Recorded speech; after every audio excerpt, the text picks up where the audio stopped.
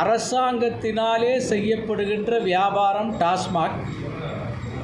அந்த அரசாங்கத்தினால் செய்யப்படுகின்ற வியாபாரத்திலே தவறு இருக்கிறது, ஊழல் இருக்கிறது, நிறைய குளறுபடிகள் இருக்கிறது என்பதை கண்டுபிடித்து என்ஃபோர்ஸ்மெண்ட் டைரக்டரேட் 6/3 அன்று ஒரு பெரிய பத்திரிகை குறிப்பு அனுப்பியிருக்கிறது.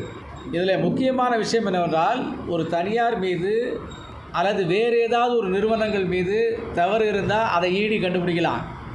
ஆனால் அரசாங்க நிறுவனமே தவறு செய்ததாக, ஊழல் செய்ததாக, கிக்பேக் வாங்கியதாக சொல்லி என்ஃபோர்ஸ்மெண்ட் டைரக்டரேட்டு அதன் மீது குற்றம் சாட்டியிருக்கிறது. இது ஒரு புறம்.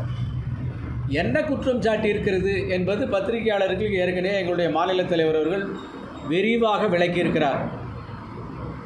அது மட்டுமல்ல, தமிழ்நாடு முழுவதும் இதை பாரதிய ஜனதா கட்சி கொண்டு செல்ல வேண்டும் என்பதற்காக இன்றைக்கு தமிழ்நாட்டின் மிக முக்கியமான நகரங்களிலே நாங்கள் பத்திரிகையாளர்கள் சந்தித்து வருகிறோம். இந்த டாஸ்மாக் ஊழல் என்பது 3 வகையாக இருக்கிறது.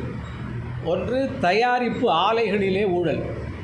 2, டாஸ்மாக் இட்செல்ஃப் அதனுடைய அளவிலே ஊழல். 3வதாக அதனுடைய பாட்லிங், டிரான்ஸ்போர்ட் இது சம்பந்தமாக.